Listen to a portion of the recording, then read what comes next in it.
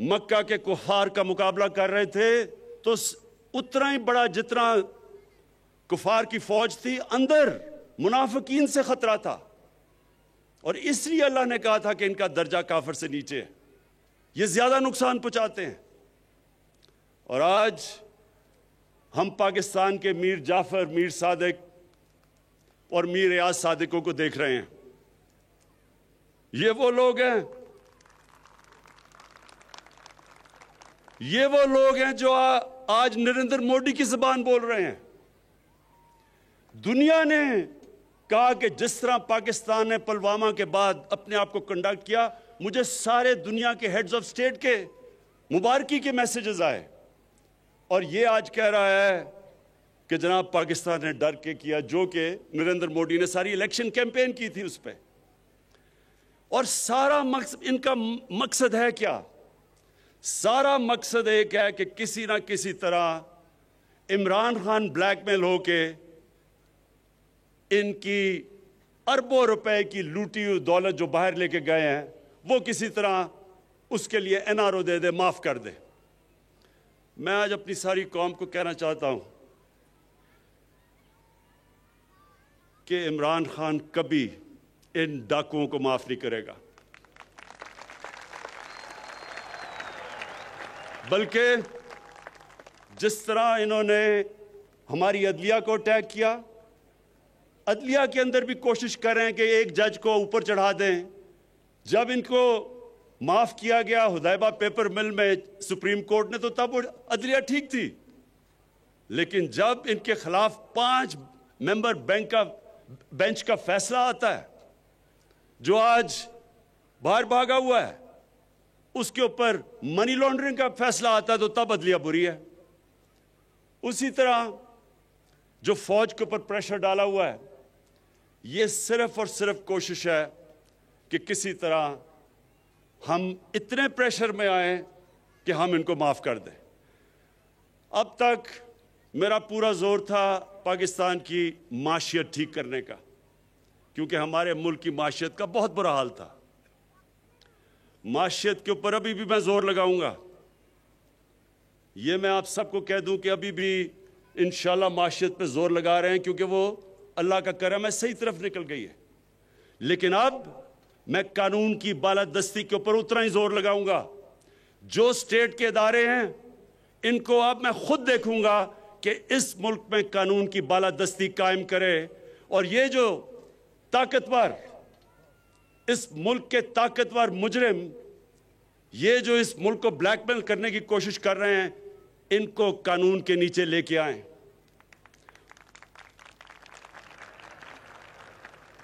اور انشاءاللہ آنے والے دنوں میں آپ دیکھیں گے کہ کس کی ٹانگیں کامتی ہیں اور کس کے ماتھے پہ پسینہ آتا ہے۔ یہ ساری قوم دیکھے گی۔ شکریہ۔